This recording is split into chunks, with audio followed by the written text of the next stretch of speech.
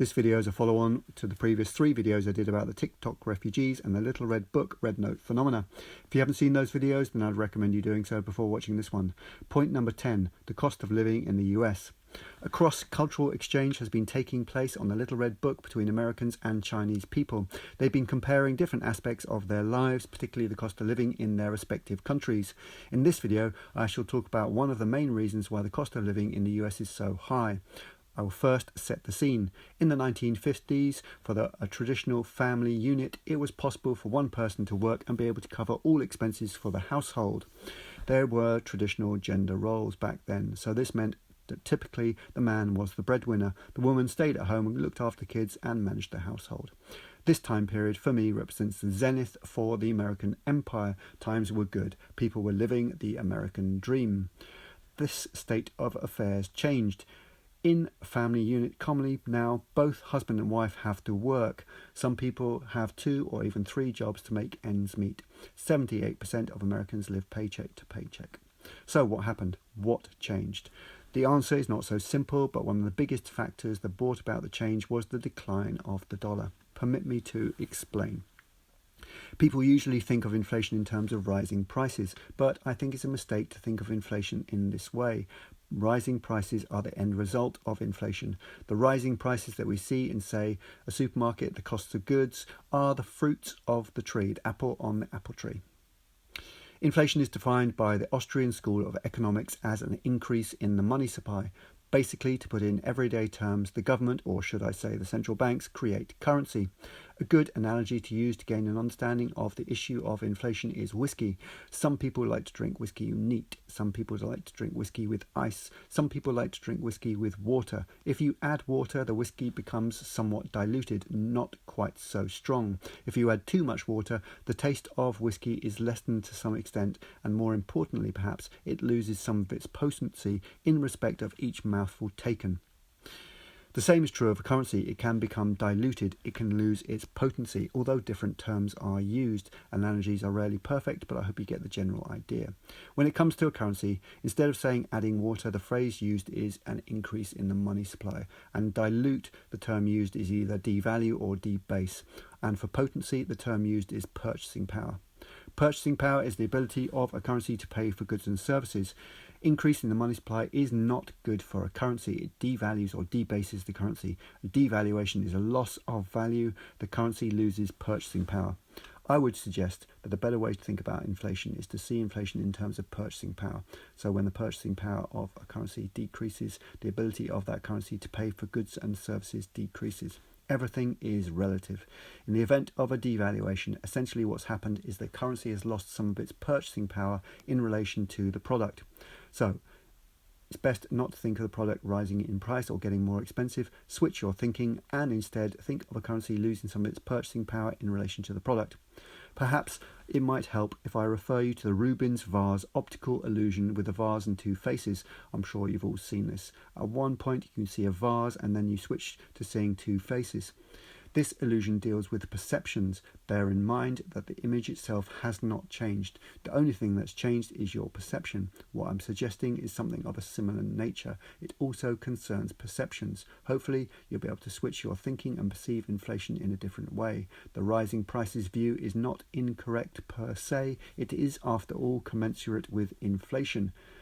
But I believe a purchasing power view is a better way of seeing or perceiving the situation. And especially if we consider that the product hasn't changed. Milk is still milk. It hasn't changed. What has changed is the purchasing power, or to put it another way, the value of the currency. The loss in purchasing power means it takes more currency to buy the product.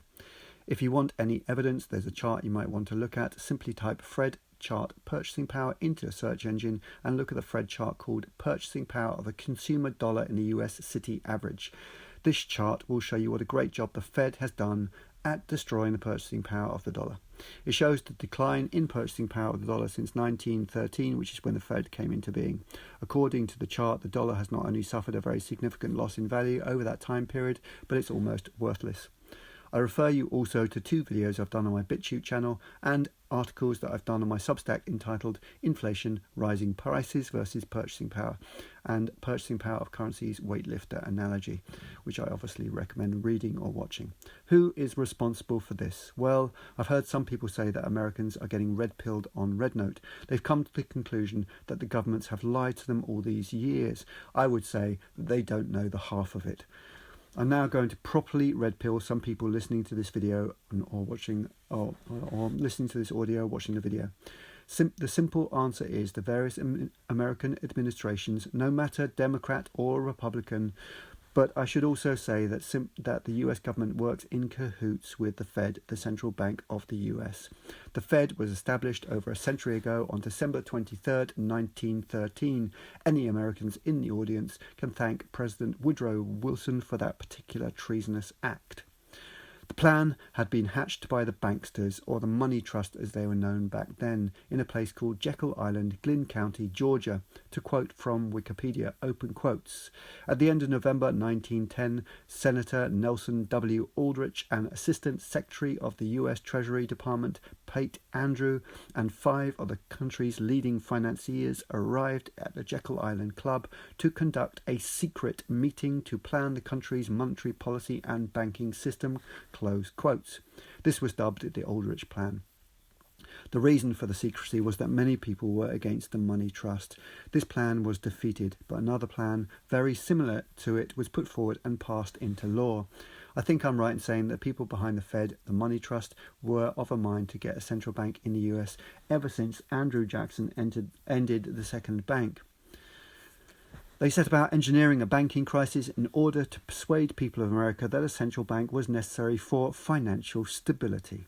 As it happens, I would argue that central banks often engineer booms and bust, but going into depth about this will take us too far off topic. For an in-depth look at how the Fed came into being, I would recommend you reading a book by G. Edward Griffin called The Creature from Jekyll Island. There's a video on YouTube in which G. Edward Griffin is interviewed about this. Why is all this important? Well, I would argue that history can teach us a thing or two about our situation today. Central banks are responsible for the inflation that we presently are all experiencing. Inflation has been caused by the massive increase in money supply.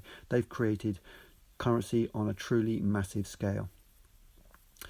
They are also responsible for creating serious systemic problems in the economy due to the policies of low interest rates. Such low interest rates have brought about into existence an extreme environment. In short, excessive currency creation and cheap money have created a gigantic boom. We will soon experience a gigantic bust. Be advised, we're in the midst of a currency crisis at present. When it hits full force, it's going to be cataclysmic. Why have I concentrated on central banking in the US? Well, the Fed is the most important central bank in the for the time being, at any rate. It's the most powerful country in the world, and so what the Fed has ramifications not in the US but just the whole world. To conclude, who is to blame for the shitty situation Americans are in? The various US administrations as well as the Fed. The level of deception is beyond belief. Most Americans, alas, are fairly clueless about this, but maybe some are waking up. Wise up and rise up.